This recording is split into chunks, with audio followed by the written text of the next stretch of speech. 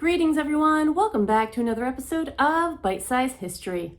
In today's episode, we are going to be looking at the impacts that agriculture had on Paleolithic societies, as well as how metallurgy helped populations, cities, and civilizations to grow. If you like Bite Size History so far, please make sure you are hitting that like and subscribe button. Also, you can follow me on TikTok and Instagram as History with Audrey D. And if you'd like to support this channel, you can find me on Patreon as Bite Size History with Audrey Durham.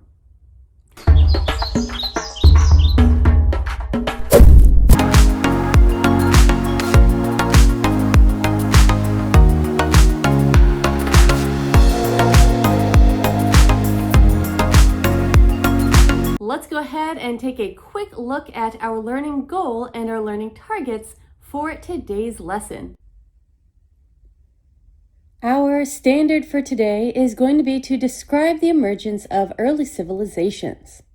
Now with that, we are focusing on a learning goal of describe how the developments of agriculture and metallurgy related to the settlement, population growth, and the emergence of civilization. Our learning targets for this lesson is going to be to analyze how the development of metallurgy helped early civilizations to grow, and to explain the emergence of agriculture and its effect on Paleolithic societies. Now, the impacts that we see from agriculture on Paleolithic societies actually are very broad. So there's a variety of things that actually happened at the beginning of the Neolithic era.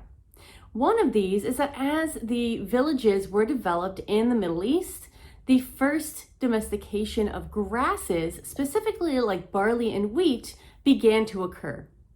Now, the reason for this is as they started to grow these types of crops, they realized that grains can be stored and preserved for years at a time, whereas many other foods such as fruits, veggies, meats, and even some of the root vegetables that we think of still rot over a period of time, and they have a much shorter shelf life. So grains were seen as this wonderful new thing that people could actually eat, and they were high in calories. This actually freed up humans to manipulate the environment around themselves in order to suit their needs. And this included deforestation as agriculture and animal domestication began to increase. Also, this made it possible for the birth rate to actually exceed the death rate and populations to begin to grow. With the increase in population, we also see an increase in soil erosion and deforestation. Now, historians and archaeologists also believe that the agricultural era also brought on inequality, or the concepts of inequality, because with the control of food and grain production, that actually created a level of power, and most likely is what set up the infrastructure for the economy. Another impact of the agricultural era is the way people began to think about time. As hunter-gatherer tribes would have been more of a day-to-day survival basis, they didn't really think as much to the future or the past. But as agriculture took hold, people began to focus more on the future. And the reason for this is because all of the seeds that they would sow, as well as the fields that they would leave to go fallow or to regain nutrients in a off-season, would actually give them the sense that they needed to look to the future and the anticipation of what they would be able to produce. An impact that we can see in diets occurred specifically in Britain as well.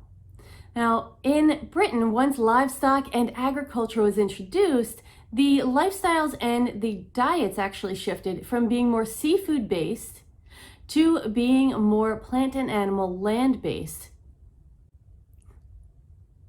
There were advances that did occur because of the agricultural era, And these include inventions as well as art, which became more prominent as humans were actually able to spend more time away from procuring food. However, there were also some disadvantages, such as the fact that people were no longer able to travel from place to place as easily. They were more so bound to the land on which they grew their crops. And this thereby took away some of their freedoms that they would have had as hunter-gatherers. Agriculture also actually caused diets to become less diverse. Hunter-gatherers would have actually had a much broader diet because they were traveling the land, and they would have been utilizing any types of foods that they could find along their way. Whereas when we shift into the agricultural era, people actually started just eating what they could grow on their land, and what they could grow was oftentimes very limited. With the domestication of animals and the introduction of agriculture, women's lifestyles also became more homebound.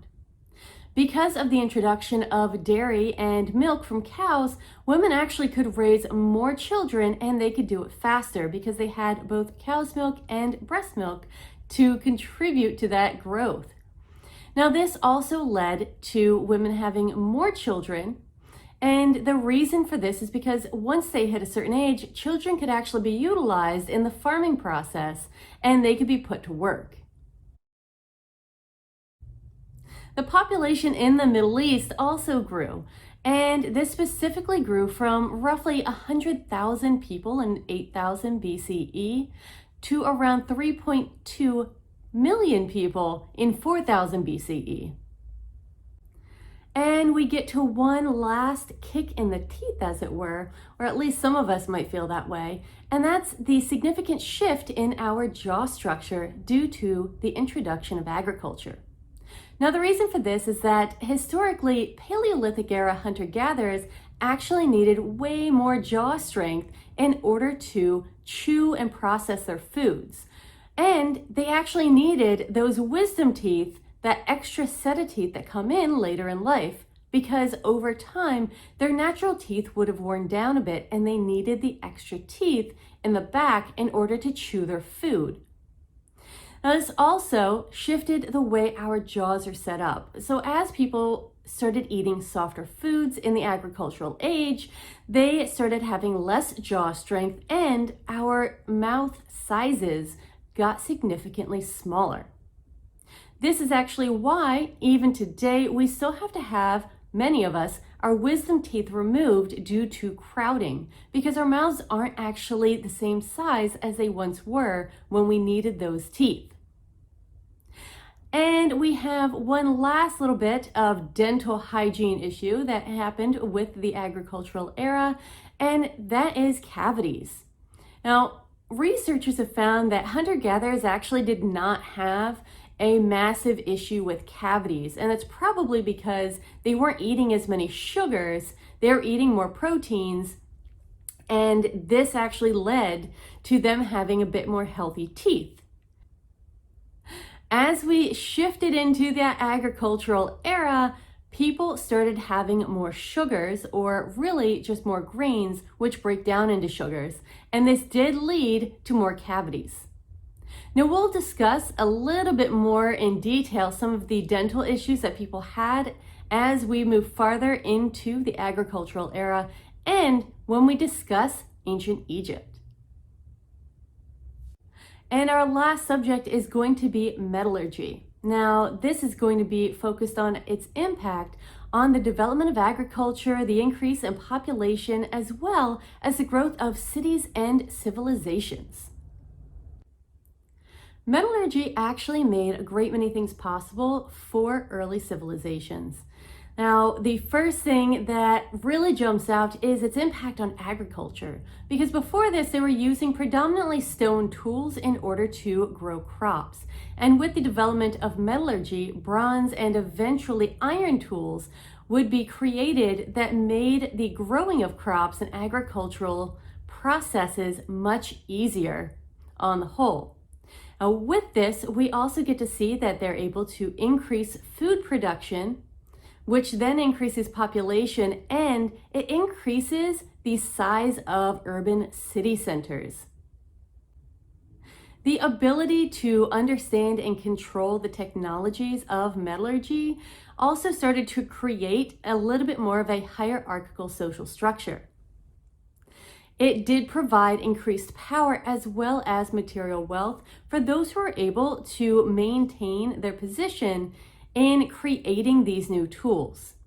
Now, with this, we also get to see that it did negatively impact the landscape through deforestation because they needed to go out and collect the materials in order to create these metals. And that not only involves getting the ores, but it also involves the collection of lumber in order to create their coals. Essentially, the introduction of metallurgy really did create the population boom that we needed to see civilizations grow. But it also made it possible for humans to more so manipulate their environment for personal gain. And that is where we start to see some of the biggest impacts that humans start to make as they are growing their civilizations. Well, that is it for our discussion on the impacts of agriculture on Paleolithic societies, as well as how metallurgy impacted the growth of cities and civilizations. I hope you enjoyed this episode of Bite Size History. If you did, please make sure you hit that like and subscribe button. Also, you can find me on TikTok and Instagram under History with Audrey D, as well as on Patreon as Bite Size History with Audrey Durham. Thank you guys so much for watching. I will see you in my next episode.